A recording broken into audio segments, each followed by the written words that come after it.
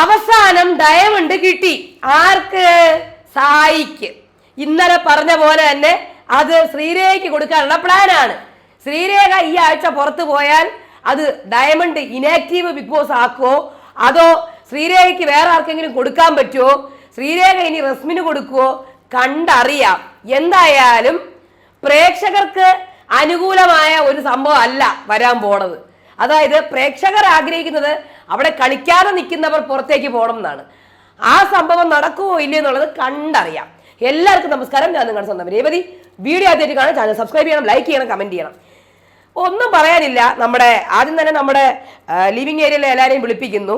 സാബു ശ്വേതയും 5 വർഷത്തിന് ശേഷം ബിഗ് ബോസിലേക്ക് വന്നതാണ്. അനുഭവം പറയാൻ പറയുന്നു. എല്ലാവരും നല്ല കണ്ടസ്റ്റന്റ് ആണ്. അങ്ങനെ ഇങ്ങനെയൊക്കെ പറയുന്നു. ഗ്രൂപ്പ് ഹഗ് ചെയ്യുന്നു. ഫോട്ടോ ഫ്രെയിം ബിഗ് ബോസ് കൊടുക്കുന്നു. ജിൻഡോ ചക്കര എന്നൊക്കെ പറഞ്ഞ് ഓരോ ജിൻഡോ കരയുന്നു, കെട്ടിപ്പിടിക്കുന്നു. എല്ലാവരും കരയുന്നു, കെട്ടിപ്പിടിക്കുന്നു. വളരെ വളരെ വിഷമം തോന്നിയൊരു നിമിഷമാണ്. കാര്യം അവരാണ് ഈ വീട്ടിലൊരു പോസിറ്റിവിറ്റി കൊണ്ടുവന്നത്. സത്യം സീസൺ 6 പോസിറ്റിവിറ്റി കൊണ്ടുവന്ന 2 പേരാണ് സാബുവും ശ്വേതയും. അത് പറയാതിരിക്കാൻ വയ്യ. സത്യം. ഇനിയിപ്പോൾ അത് കഴിഞ്ഞിട്ട് മാറ്റിപ്പിടിക്കണം എന്നൊക്കെ ശ്വേത പറയുന്നുണ്ട്.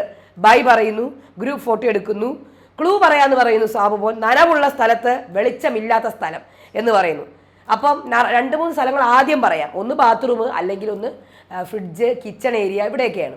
അപ്പോൾ ആദ്യം ജിൻഡോയാണ്. അങ്ങനെ അവർ സാബുമോനും ശ്വേതയും ബൈ പറഞ്ഞ് ഇറങ്ങുന്നു. അങ്ങനെ ജിൻഡോ ആദ്യം ഓടുന്നത് ബാത്റൂമിലേക്കാണ്. അർജുൻ ഫ്രിഡ്ജിലേക്കും. അർജുൻ ഫ്രിഡ്ജ് തുറന്നത് എല്ലാം തപ്പയാണ് കേട്ടോ, അരിച്ച് പറക്കി. ജിൻഡോയുടെ പുറകെ നന്ദന വരുന്നുണ്ട്. പക്ഷെ നന്ദന അപ്പുറത്ത് കയറിക്കോളാൻ പറയുന്നു. അർജുൻ ഫ്രിഡ്ജ് തപ്പുമ്പോൾ സായിയും കൂടെ തപ്പാൻ തോന്നുന്നു. എനിക്കൊന്ന് സായി കുറച്ച് ഐസോ എന്തൊക്കെയോ എടുത്തു വെച്ചിരുന്നത് നമ്മുടെ ബൗളിനകത്താണ് ഇട്ട് വെച്ചിരുന്നത്. അതിനകത്തുനിന്ന് സായിക്ക് അത് കിട്ടുകയാണ്. സായി എന്നിട്ട് ടണൽ റൂമിൽ പോയിട്ട് പറയാണ്, ബിഗ് ബോസ് എനിക്ക് കല്ല് കിട്ടി, ഞാനിത് ശ്രീരേഖ ചേച്ചിക്ക് കൊടുക്കുമെന്ന്. സായിക്ക് ശ്രീരേഖ ചേച്ചിയുടെ ഭയങ്കര ഇഷ്ടമാണ്.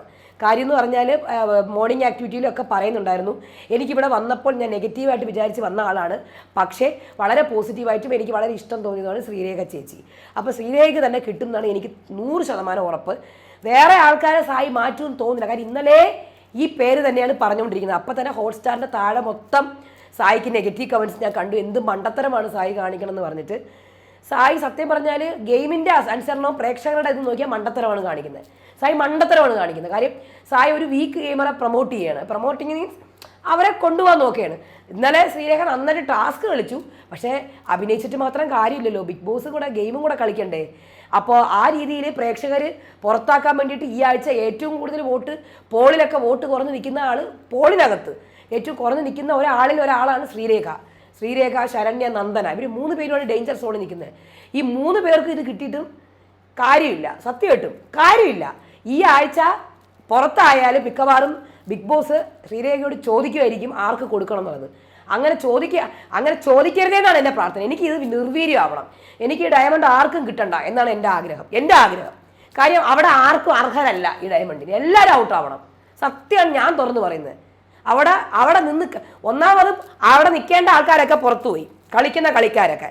ഇനി ഉള്ളത് മൊത്തം ആക്ച്വലി പുറത്താവേണ്ട ആൾക്കാരാണ് അവിടെ നിൽക്കുന്നത്. അപ്പം അതുകൊണ്ട് അവരവിടെ നിന്ന് കളിക്കട്ടെ. ആദ്യം അവർ ഫൈറ്റ് ചെയ്യണം, അവർ കളിക്കണം, അവർ ഗെയിം കളിക്കട്ടെ. എന്നിട്ട് നമുക്ക് ഡയമണ്ടൊക്കെ കൊടുക്കാം. സത്യം ഡയമണ്ട് നിർവീര്യമാക്കണം എന്നാണ് ഞാൻ പറയുന്നത്. സത്യമായിട്ടും. കാര്യം അവിടെ ഇപ്പോൾ ആരും അർഹരല്ല. എല്ലാവരും എനിക്ക് ഈക്വലായിട്ട്. എനിക്കൊന്നും പിന്നെ കണ്ടന്റ് കൊടുക്കുന്ന 2-3 പേരുണ്ട്. വാ തുറക്കുന്ന കുറച്ച് നെഗറ്റീവായ കുറച്ച് പേരുണ്ട്, പോസിറ്റീവായ കുറച്ച് പേരുണ്ട്. പിന്നെ ഇതിൻ്റെ അനുസരണം ആരെങ്കിലുമൊക്കെ ഫാൻ ആവണമല്ലോ. ഇപ്പോഴും കമൻറ്റ് ബോക്സിനകത്ത് ആരെയും ഇഷ്ടപ്പെടാത്തവരെന്ന് ചോദിച്ചാൽ അതിനൊരു 500 ലൈക്കെങ്കിലും കാണും ആ കമൻറ്റിന്. സത്യം ആരെയും ഇഷ്ടപ്പെടാത്തൊരു സീസൺ ഇതാണ്. ആരെയും പ്രത്യേകിച്ചൊന്നുമില്ല. എന്നാൽ ബിഗ് ബോസ് ആണെന്ന് പറഞ്ഞ് കണ്ടന്റ് ഉണ്ട്, എല്ലാ കണ്ടന്റൊക്കെ ഉണ്ട്. പക്ഷേ ഇതിനകത്ത് വന്നു പോകുന്നത് നമ്മുടെ കണ്ടസ്റ്റൻസ് കളിക്കുന്നില്ല. ആർക്കും കൊടുക്കരുതേ ബിഗ് ബോസ് ഈ ഡയമണ്ട്. സത്യം അത് നിർവീര്യമാക്കി കളയണേ. അവരെല്ലാവരും കളിക്കട്ടെ, ആദ്യം കളിക്കട്ടെ. കാര്യം എല്ലാ ഭാഗ്യം കൊണ്ട് നിൽക്കുന്ന ഒരുപാട് പേരുണ്ട് അതിനകത്ത്. ഭാഗ്യം കൊണ്ട്, ഈ പവർ റൂമിൻ്റെ ഭാഗ്യം കൊണ്ടും അല്ലാതെയൊക്കെ സത്യമായിട്ട് ഭയങ്കര വിഷമം തോന്നുന്നു. ഭാഗ്യം കൊണ്ട് നിൽക്കുന്ന ആൾക്കാരാണ് അവിടെ ഉള്ളത് കൂടുതലും. എന്തിന് പിന്നെ അവർക്ക് ഇത് കൊടുക്കുന്നത് ആഡഡ് ബെനിഫിറ്റ് ആയിട്ട്? പിന്നെ കുറച്ച് പേരൊന്നും ഡയമണ്ട് കിട്ടിയാലും ഇല്ലെങ്കിലും അവിടെ നിൽക്കും. അവർ എന്തായാലും അവർക്കൊരു ഫാൻ ബേസ് ഉണ്ടാക്കി എടുത്തു. അവരവിടെ നിൽക്കും. അല്ലാത്തവർ കളിക്കുന്നുമില്ല, ആർക്കും ഇഷ്ടമല്ല. പിന്നെ എന്തിനാണ് അവരിങ്ങനെ ഡയമണ്ടും കിട്ടി അവിടെ പിടിച്ച് ഇങ്ങനെ നിൽക്കുന്നത് എനിക്ക് മനസ്സിലാവുന്നില്ല. അപ്പോൾ എന്തായാലും ശ്രീരേഖയ്ക്ക് കിട്ടുകയാണെങ്കിൽ, ശ്രീരേഖ ഈ ആഴ്ച ഔട്ട് ആവുകയാണെങ്കിൽ ആ ഡയമണ്ട് നിർവീര്യമാക്കണം. അതെടുത്തിട്ട് ഇനി വേറെ ആർക്കെങ്കിലും കൊടുക്കേണ്ട ഗതി വരുത്തല്ലേ, എനിക്ക് ആലോചിക്കാൻ പോലും വയ്യ. അത് അല്ലെങ്കിൽ ഗെയിം ചേഞ്ച് ആകും. ഇത് ഗെയിം ചേഞ്ച് ആവും കേട്ടോ. ശ്രീരേഖ ഈ ആഴ്ച ഔട്ട് ആയില്ലെങ്കിൽ ഗെയിം ചേഞ്ച് ആവും. അടുത്ത ആഴ്ച ഒരു വാ തുറക്കുന്ന കണ്ടസ്റ്റൻ്റ് ഔട്ടാവും. അത്രേ ഉള്ളൂ. ഇപ്പം നെഗറ്റീവ് ആണെങ്കിലും പോസിറ്റീവ് ആണെങ്കിലും സംസാരിക്കുമ്പോഴത്തേക്ക് ഗെയിം കളിക്കുന്ന ആരെങ്കിലും ഒരാൾ ഔട്ടാവാൻ ചാൻസ് ഉണ്ട്. അത്രേ ഉള്ളൂ. പക്ഷേ വേറെ ഒന്നുമില്ല. ഇപ്പോൾ ശ്രീരേഖ ഈ ആഴ്ച ഔട്ടാവുകയാണെങ്കിൽ അതിൻ്റെ കൂടെ ഡയമണ്ട് അങ്ങ് പോയാൽ വളരെ നല്ലത്.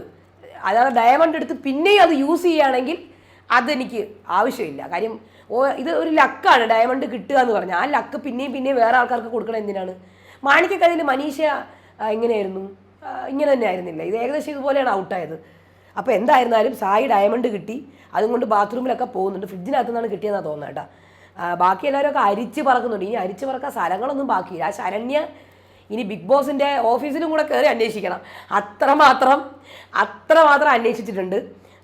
നിങ്ങളുടെ അഭിപ്രായം പറയുക. ഈ ശരിക്കും ഈ ഡയമണ്ടിന് അവിടെ ആരെങ്കിലും അർഹരാണോ? സത്യം പറയുക. അപ്പോൾ അടുത്ത വീഡിയോ ആയിട്ട് വരാം. അതുവരേക്കും ബായ്.